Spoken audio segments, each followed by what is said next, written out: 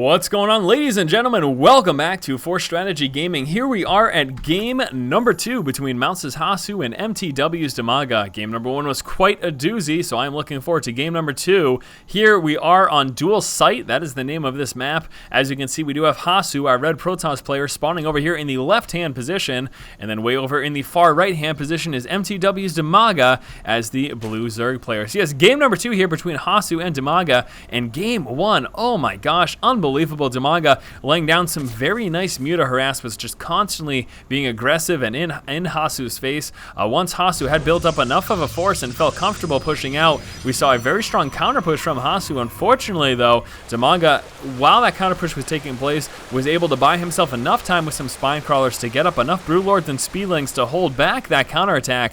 And in addition to that, his mutas were still inside of Hasu's main and doing a lot of damage. Inside of the main and the natural, he was able to do so much economic damage. And you know, by the time Hasu finally realized or was able to kind of pull back and try to respond to it, he lost so much, and as he was trying to pull back, he got his forces completely sandwiched by DIMAGA as well.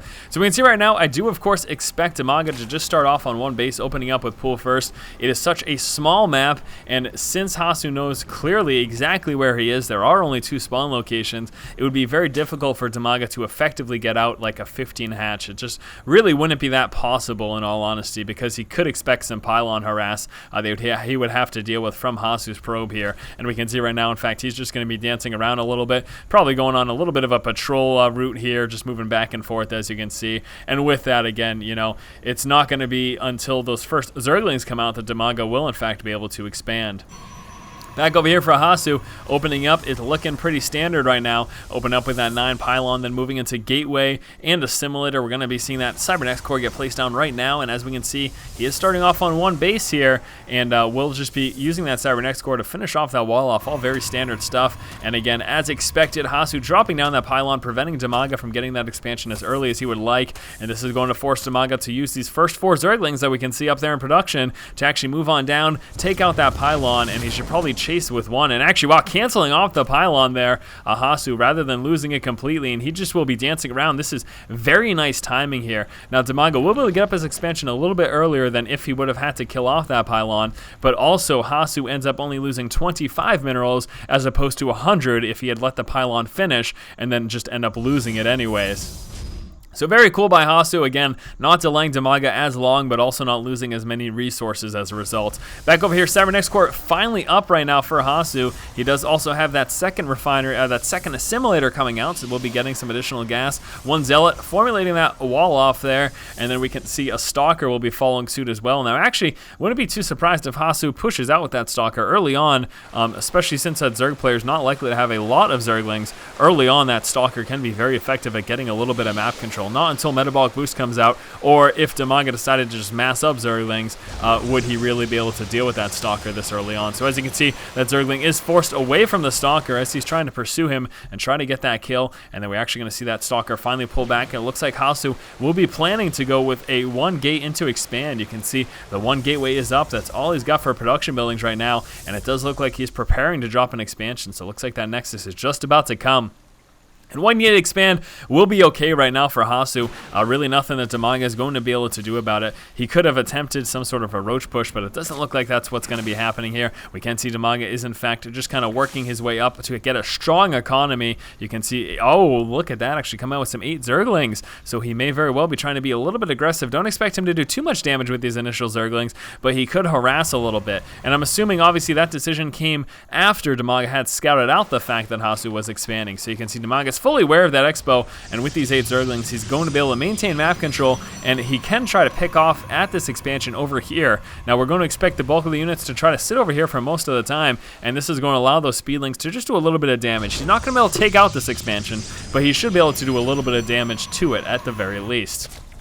Back over here for DIMAGA, finally working his way to drone up. You can see some decent saturation going on at that natural expansion. Also that main, of course, nice and saturated. He is still just sitting on that one extractor, but this is because, as we can see, coming out with that third. So after seeing that one gate expand, not only making some Zerglings for some map control and the possibility of doing some damage, but also coming out with that third expansion to try to get himself a very strong economy. We saw last game a very macro-focused gameplay from both players, and it looks like that may very well be what we're going to be seeing here as well. We do have a forge coming out. There it is right there. Also another gateway, and finally transferring down some of his probes, moving right on into his expansion. But with that forge, he will be able to start those upgrades, of course. Zergling moving up just to make sure 100% that expo is actually there. You do every now and then see like a 4 or 5 gate push all in while going with a canceled expo. So showing an expo, then canceling it before it finishes, that's something that someone can possibly do, especially on a map like this that is so small. DIMAGA just again wanted to be 100% certain that that expo actually finished. Stalker moving up, getting the free kill from that weakened Zergling.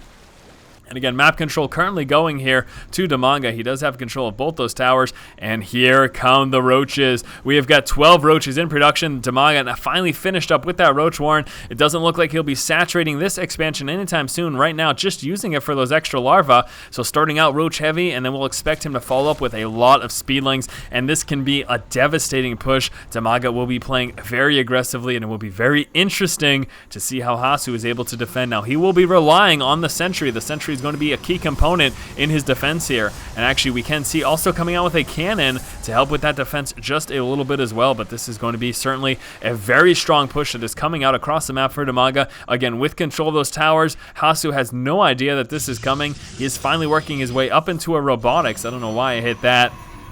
Finally working his way up into robotics, but that observer is not going to be out in time to actually scout this, and Hasu is going to have no idea that this is coming. This is scary, but never mind. Here comes that Phoenix scout, and this should provide him ample scouting to actually see that this push is moving out. Hopefully he actually uses that Phoenix to get the scouting that is necessary, and there you go. You can see right now DIMAGA rerouting his forces, realizing that hallucinated Phoenix is on the map. He wants to make sure that he does not get spotted by it, so he's chilling out over here in the corner waiting to push. We've got a few more overlords coming out to try to compensate. He doesn't even know that that's a fake. Oh my gosh, he does not even know right now that is fake, and he should realize that. Hopefully he has taken damage, but that was from the stalkers that fired up and not from the Phoenix, because of course hallucinated units cannot hit.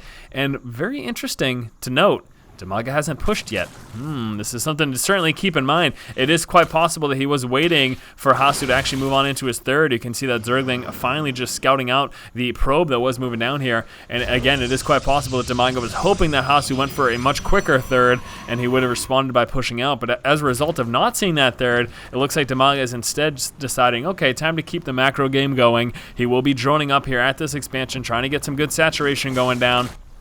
Also working his way up into an infestation pit, as we can see there. Continuing up that drone up, he's got the level 1 missile attack upgrades coming out. Speed upgrade as well for those roaches. And here is Hasu right now moving down into that third expansion, and at the same time getting some immortals there out of that robotics facility to try to deal with any possible roaches that may be moving out. There is a hallucinated Phoenix over there. He has finally scouted out that expansion, so he doesn't know it's there right now. However, that Phoenix actually dissipating before he got to see the bulk of DIMAGA's army. So again, both players, just a macro game right now. I was really expecting that push there from DIMAGA, but it didn't end up coming as early as I had really hoped. I really wanted DIMAGA to push out with a strong aggression, just to add a little bit of excitement to the early stages of the game. But again, obviously DIMAGA decided, really wasn't worth it, wasn't the best timing to actually try to go ahead and do that. Hasu doing some more expo scouting, moving down here to this high yield, and he's going to chill out with that Zergling just to see when and if Hasu decides to take it. Force is still kind of dancing back and forth. We're going to finally see Hasu prepare for the mid game, working out with some Colossus right now. Also, of course, getting that Thermal Lance upgrade, giving them that extra range. We do have DIMAGA right now with his forces in the middle, and actually Hasu will just be chilling out with some Phoenixes here, some hallucinated Phoenixes, just to scout where that army is going and when it moves. DIMAGA also coming out with his expansion, moving into his fourth here at the high yield. We're going to be seeing some mobilization here for Hasu, moving out with some observers. I'm expecting him to actually try to kill off some of the creep tumors here. So he's going to be trying to stop this creep from continuously spreading out. And there we go, moving out, and we'll be doing just that. And here come the forces ready to engage. He wants to stop Hasu from stopping that creep spread. He basically wants to make sure that he can get that creep spread out. We've got a lot of Zerglings coming out right now, 20 Zerglings, 5 Infestors as well. I am interested right now. Do they have? Yes, they do. They do have the upgrade there, giving them that extra energy from those pathogen glands. Hasu moving out for some map control, and here we go. It is time to kill some creep, he says. Moving out across the map. Thermal Lance almost finished. Now the Colossus coming out, and actually, no, finally pulling back. So neither player deciding to engage so far in this game. Again, it's just been a very macro-focused game from both. They just really want to work up their economy, get nice upgrades, and maybe just wait for that big engagement that's going to come in the mid to late stages of the game. We have a Spire up right now for DIMAGA. He is making use of that by getting some Corruptors to counteract those Colossus. Hasn't worked his way up to Hive Tech yet, although he could very soon. Level 2 missile upgrades coming out. Also, the level 1 melee upgrades just about to finish. Level 2 Carapace also working its way on through. What do we have for upgrades over here for Hasu? He is sitting 001 right now, just the 1 weapons. Level 2 weapons coming out. Also working his way up with some Blink research.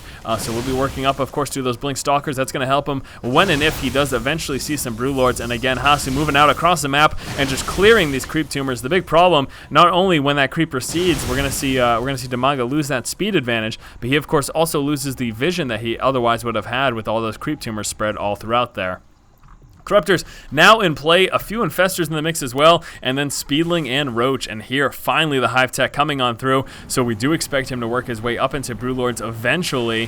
Finally coming out with that Hive Tech, also going to allow that continuous upgrades for his ground units. We're finally seeing some mobilization here from DIMAGA, working his way towards this 3rd expansion of Hasu.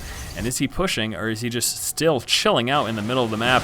Both players playing way too passively for my liking. I want to see some aggression. Blink research just about to finish. Some more creep getting destroyed. A couple of Corruptors will be moving forward, possibly trying to snipe some of those Colossus there. But as you can see, Hasu pulling back will deny that snipe possibility for those Corruptors.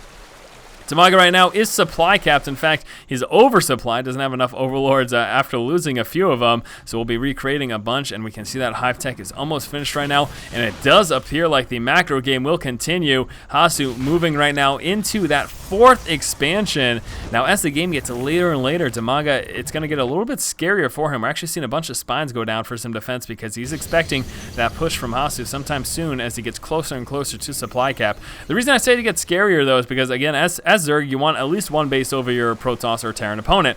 But the problem is, on this map, it's so small that as we get to the later stage of the game, it's almost going to be impossible for DIMAGA. So he needs to stop expos like this, and that's exactly what he's doing, forcing the cancel there. Very, very nice play by DIMAGA. He just has to really worry about getting trapped right now. He's only got this 1 exit. It doesn't look like Hasu is actually going to be able to stop him from retreating there, but very nice play by DIMAGA. That's exactly what he needed to do. Stop that 4th expansion. He needs to delay that and prevent that from going up as long as humanly possible. Does need to be worried about getting trapped right now, though. And here we go. Hasu getting ready to push right now. A couple Infestors out of position. This is a problem. Blink Stalkers sniping them down. Huge issue there for DIMAGA. He just lost a bunch of resources. He did drop a Fungal Growth, but I am not sure that it was enough. We have got that Greater Spire coming out, but it looks like Hasu will be pushing before that is ready. Speedlings and Roaches trying to push forward. We've got those Corruptors move forward to engage as well. We'll be trying to snipe down those Colossus. Doesn't look like he's in the greatest position right now. DIMAGA is in a very tough spot. Hasu is still supply capped. DIMAGA trying to get some more of his forces out, and actually it looks like he may be just going for a counterattack, realizing that he cannot take these forces right now. He is pushing out and just attempting to go for that base trade, and here we go. Hasu right now moving on up into that natural expansion. He will be sniping the Greater Spire and the Infestation Pit. This is not looking good for DIMAGA. DIMAGA will be moving down into this expo, forcing the cancel, and then possibly moving on into that 3rd as well, but he just does not have the forces to deal with this. In all honesty, losing those Infestors was absolutely devastating. And Hasu's timing was impeccable because he pushed out right before that Greater Spire finished, preventing any Brewlords from actually coming into play. Hasu is moving back to try to defend his 3rd expansion. He realizes, of course, that he does not want to lose this. If he loses this, he could actually be in a little bit of trouble, even with his strong position right now. Really cannot afford to lose this right now, so he's pushing back with those Blink Stalkers and Colossus, and it does, in fact, look like he will stop DIMAGA from being able to kill off that expansion. He just has overwhelming forces, and there's really nothing that DIMAGA can do about it. Pulling down with some Roaches, trying to do as much damage as possible, but Hasu just has way too much and will be able to finally overwhelm this. And we do have the Adrenal Glands almost finished for the Speedlings, and that, of course, will change them into Cracklings, allowing them to do that much more damage, that much quicker. And there we go, finally finishing. We've got a bunch of Roaches right now. What are we sitting right now? Sitting on a total of 23 Roaches, a couple of Corruptors there as well, finally rebuilding a Spire. Really could have used those, a lot more Corruptors. He should have rebuilt that Spire a little bit earlier, in all honesty. A little bit concerned for DIMAGA right now, even though he's floating a bunch of resources. He just does not have what is necessary to deal with this. And here we go, realizing that he has got to defend. He is just way too outmatched and is forced to call the GG.